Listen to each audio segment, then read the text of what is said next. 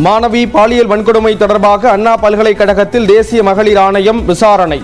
உண்மை கண்டறிய அமைக்கப்பட்ட இருநபர் குழு விசாரணையை தொடங்கி முழுவதும் அதிமுகவினர் போராட்டம். கடலூர் உள்ளிட்ட இடங்களில் போராடியவர்கள் கைது.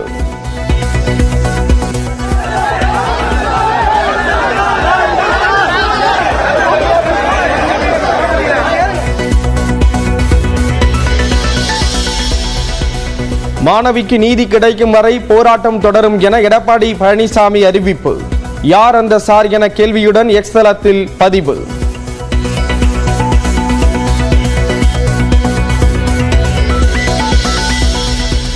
இன்று பிற்பகல் 1 மணிக்கு ஆளுநர் ஆர் என் ரவியை சந்திக்கிறார் தவேக தலைவர் விஜய்.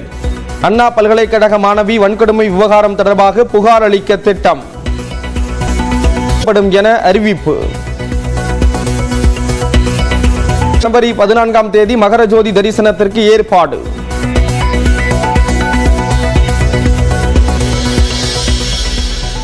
புயல் பாதிப்புகளுக்கு மத்திய அரசிடம் இருந்து நிதி உதவி கிடைக்காததால் நிதி சுமை.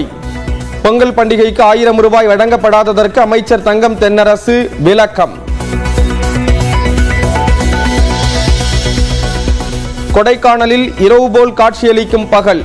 கடும் பனிமூட்டத்தால் மக்களின் இயல்பு வாழ்க்கை பாதிப்பு.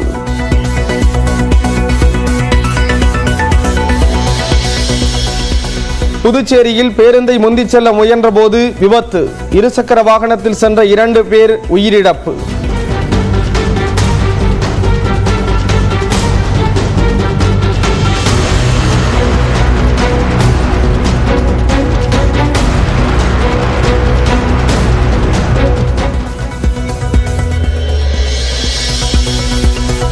ஹனுமன் ஜெயந்தியை ஒட்டி நாமக்கல்லில் ஆஞ்சநேயருக்கு 1,08,000 வடை மாலை சிறப்பு சாமி தரிசனம்.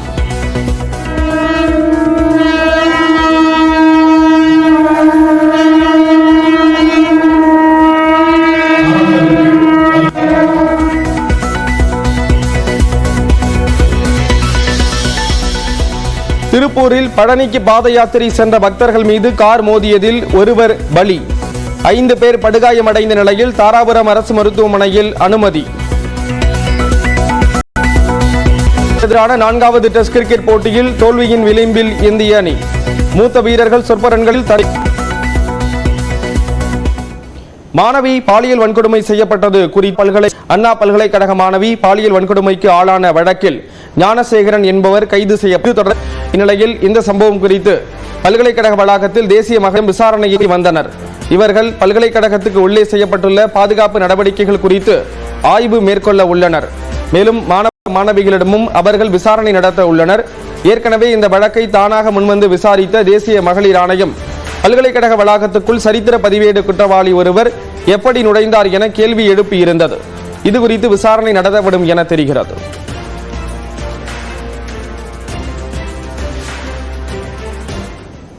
தமிழ்நாட்டில் உள்ள அரசு கல்லூரிகள் மற்றும் பல்கலைக்கழகங்களில் வெளிநபர்கள் வந்து செல்வது தொடர்பான கட்டுப்பாடுகளை ஏற்படுத்த உத்தரவு பிறப்பிக்கப்பட்டிருக்கிறது. அண்ணா பல்கலைக்கழகத்தில் மாணவி பாலியல் வன்கொடுமைக்கு ஆளாக்கப்பட்டதை தொடர்ந்து உயர்கல்வித்துறை செயலாளர் தலைமையில் மாணவ மாணவியரின் பாதுகாப்பு தொடர்பான ஆலோசனை கூட்டம் நடந்தது. அதில் கல்லூரிகளில் உள்ளவர்கள் பங்கேற்றனர். அதில் பல்வேறு உத்தரவுகள் பிறப்பிக்கப்பட்டன. அதன்படி கல்லூரி வளாகத்தில் மாணவியர் உள்ளிட்ட பெண்களின் பாதுகாப்பு மிக முக்கியம் என்று கண்டுபிடித்து அதனை உடனடியாக அடைக்க வேண்டும் என்றும் தெரிவிக்கப்பட்டது. பாடத்தில் அவர்களை உள்ளே மீண்டும் அனுமதிக்கவே கூடாது என்றும் உத்தரவிடப்பட்டது. மாணவ மாணவியர் உள்ளிட்ட தேவையான அனைத்து தரவுகளை உடனுக்குடன் பெற ஆன்லைன் மற்றும் ஆஃப்லைன் சிஸ்டம் வலுப்படுத்தப்பட வேண்டும் என்றும் கல்லூரி மற்றும் பல்கலைக்கழகங்களில் 3ஆம் தரப்பை வைத்து பாதுகாப்பு நடவடிக்கைகள் தணிக்கை செய்யப்பட வேண்டும் என்றும் தெரிவிக்கப்பட்டது. வளாகங்களுக்குள் வந்து செல்லும் வெளிநபர்களை பற்றிய தகவல்கள் தினசரி பராமரிக்கப்பட வேண்டும் என்றும் எலக்ட்ரீஷியன், கேண்டீன் ஊழியர்கள், பிளம்பர் மற்றும் ஒப்பந்த பணியாளர்கள் வந்து செல்வதை கண்காணிக்க பயோமெட்ரிக் சிஸ்டம் கட்டாயம் நிறுவப்பட வேண்டும் என்றும் உத்தரவிடப்பட்டது. மாணவர்கள் மற்றும் பணியாளர்களை தவிர்த்து வெளிநபர்களை அனுமதிக்கவே கூடாது. உள்ளே வந்து செல்லும் வாகனங்கள், தனிநபர்கள் பற்றிய தகவல்கள் நாள்தோறும் பதிவு செய்யப்பட வேண்டும் என்றும் தெரிவிக்கப்பட்டது. மாணவர்கள் எவ்வித அச்சமின்றி புகார்களை தெரிவிக்க வழிவகை செய்யப்பட வேண்டும் என்றும், ஆலோசனை மற்றும் புகார் பெட்டிகள் வளாகத்தின் முக்கிய இடங்களில் வைக்க வேண்டும் என்றும் தெரிவிக்கப்பட்டுள்ளது. இதுபோல் ஆராய்ச்சி படிப்பு பயிலும் மாணவிகள் மாணவர்களுக்கு வழிகாட்டி பேராசிரியர்களால் ஏற்படும் பிரச்சனைக்கு உடனடியாக தீர்வு காணப்பட வேண்டும் என்றும் உயர்கல்வித்துறை கூடுதல் தலைமைச் செயலாளர் உத்தரவிட்டுள்ளார்.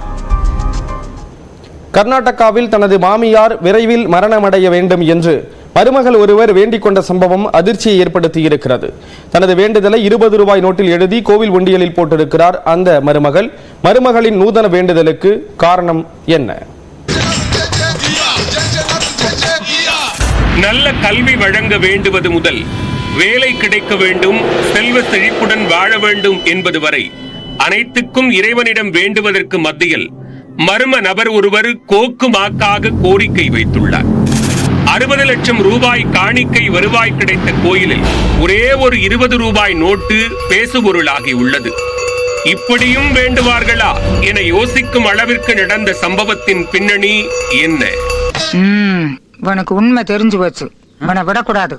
இன்னொரு பாயாசத்தை போற்ற வேண்டியது. கர்நாடக மாநிலம் கலபுரகி மாவட்டம் கட்டரக பகுதியில் பாக்கியவந்தி தேவி கோவில் அமைந்துள்ளது. மிகவும் பிரசித்தி பெற்ற இந்த கோயிலுக்கு ஏராளமான பக்தர்கள் வருகை புரிந்து அம்மனை தரிசித்து வருகின்றனர். இந்நிலையில் இந்த கோயிலில் உள்ள உண்டியல்கள் திறக்கப்பட்டு காணிக்கைகள் என்னும் பணி நடைபெற்றது. அதில் 60 லட்சம் ரூபாய் பணம், 200 கிராம் தங்கம் மற்றும் 1 கிலோ வெள்ளி பொருட்கள் காணிக்கையாக கிடைத்தன.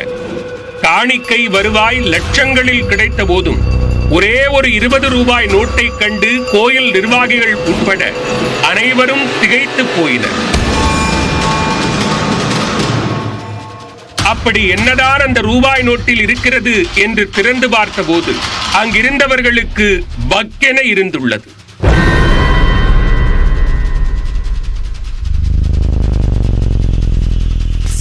அந்த ரூபாய் நோட்டில் தனது மாமியார் விரைவில் மரணமடைய வேண்டும் என்று பேனாவால் எழுதப்பட்டிருந்தது.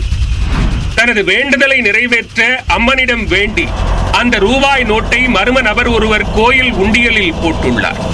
வில்லங்கமான முறையில் வேண்டுதலை நிறைவேற்ற கோரி உண்டியலில் ரூபாய் நோட்டை போட்டது யார் என்று தெரியாத போதும் அந்த மர்ம நபரின் செயல்பாட்டுக்கு பலரும் அதிருப்தி தெரிவித்துள்ளனர்.